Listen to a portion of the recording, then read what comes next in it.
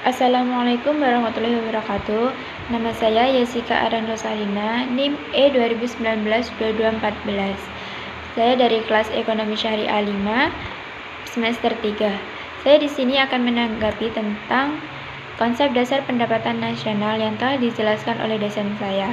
Nah, dosen saya menjelaskan definisi pendapatan nasional, tetapi saya mempunyai pendapat lain terkait definisi pendapatan nasional. Kalau pendapatan nasional itu merupakan seluruh pendapatan yang diterima oleh masyarakat atau seluruh rumah tangga atau keluarga yang dalam suatu negara dalam kurun waktu tertentu. Nah, biasanya itu 1 tahun. Dari pengertian tersebut dapat disimpulkan kalau definisi dari pendapatan nasional adalah ada 3. Yang pertama, nilai barang dan jasa yang diproduksi masyarakat suatu negara dalam kurun waktu tertentu. Yang kedua, jumlah pengeluaran nasional untuk membeli barang dan jasa yang dihasilkan. Yang ketiga, jumlah pendapatan yang diterima oleh faktor-faktor produk yang digunakan untuk menghasilkan barang dan jasa. Selanjutnya ada konsep pendapatan nasional. Saya setuju dengan penjelasan dosen saya tentang 6 konsep pendapatan nasional. Konsep pendapatan nasional terdiri dari yang pertama, produk domestik bruto. Yang kedua, produk nasional bruto.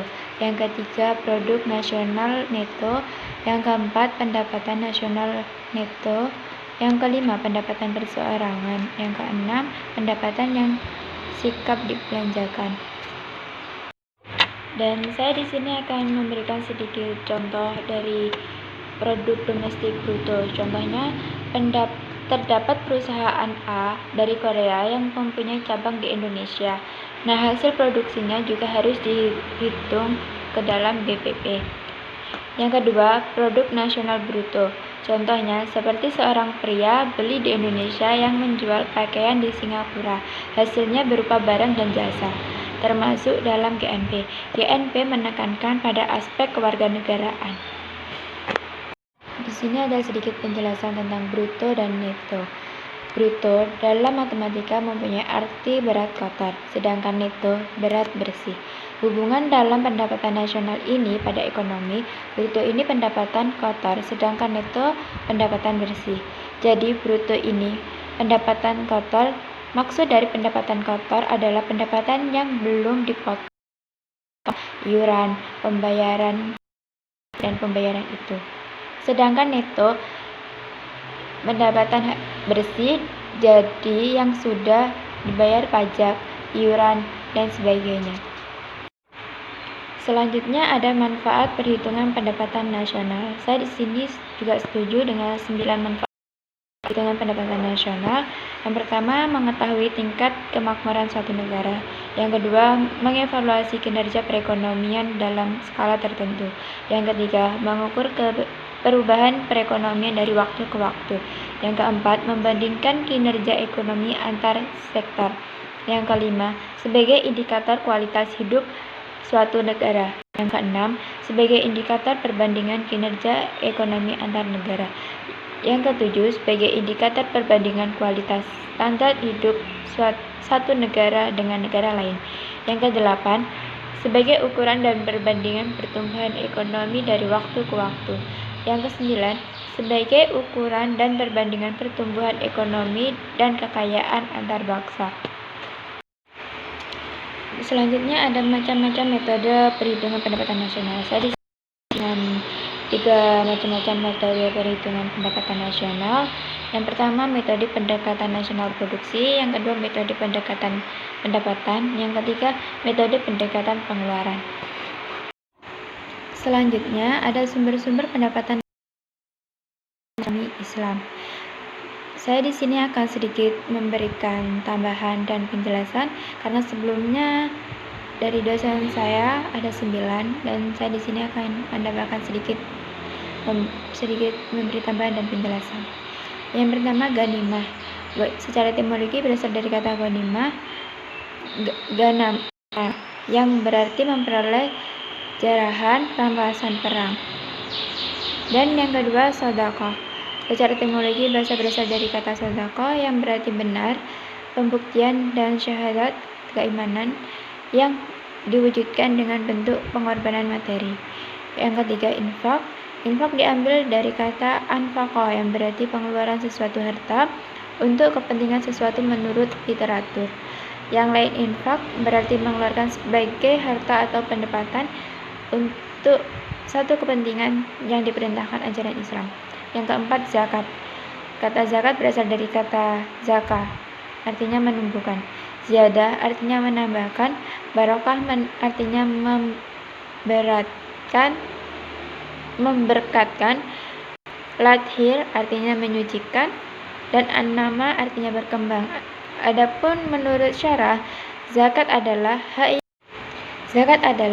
yang telah ditentukan besarnya yang wajib dikeluarkan pada harta-harta tertentu dan pada orang-orang tertentu pula, dengan catatan harta tersebut adalah milik penuh seseorang. Kelima, ada usur. Usur adalah kalangan ahli fikih disebut seperpuluh, yang dalam hal ini memiliki dua arti. Pertama, seperpuluh dari lahan pertanian yang disirami dengan air hujan. Kedua, seperpuluh diambil dari perdagangan kafir yang memasuki wilayah Islam dengan membawa barang dagangan. Yang keenam, sayyi. Sayyi berarti mengembalikan sesuatu. Dalam terminologi hukum, sayyi menunjukkan seluruh harta yang dapat dari musuh tanpa perang, dari harta tidak bergerak, artinya tanah, atau merupakan harta yang diperoleh dari non-muslim secara damai. Yang ketujuh, jizyah.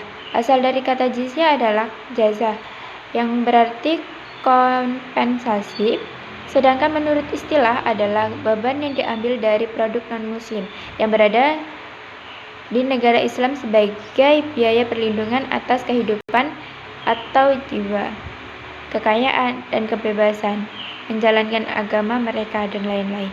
Yang kedelapan, kharaj. Secara harfiah, kharaj berarti kontrak, sewa menyewa atau menyerahkan. Dalam terminologi keuangan Islam, kharaj adalah pajak atas tanah atau hasil tanah. Yang kesembilan, pajak tambang dan harta karun.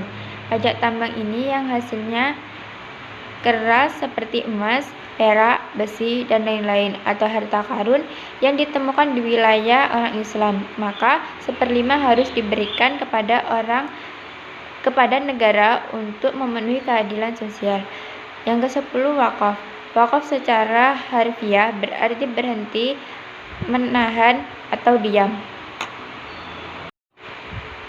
Dalam hukum wakaf berarti penyerahan suatu hak yang tahan lama, yang dimaksud zatnya, kepada seseorang atau nazir penjaga wakaf, baik berupa perorangan dengan ketentuan bahwa hasilnya akan dipergunakan sesuai dengan syariat Islam. Mungkin hanya itu saja yang dapat saya tanggapi terkait konsep dasar pendapatan nasional yang sudah disampaikan oleh dosen saya. Kurang lebihnya mohon maaf apabila ada kekurangan dan salah kata, mohon dimaklumi. Dan terima kasih. Wassalamualaikum warahmatullahi wabarakatuh.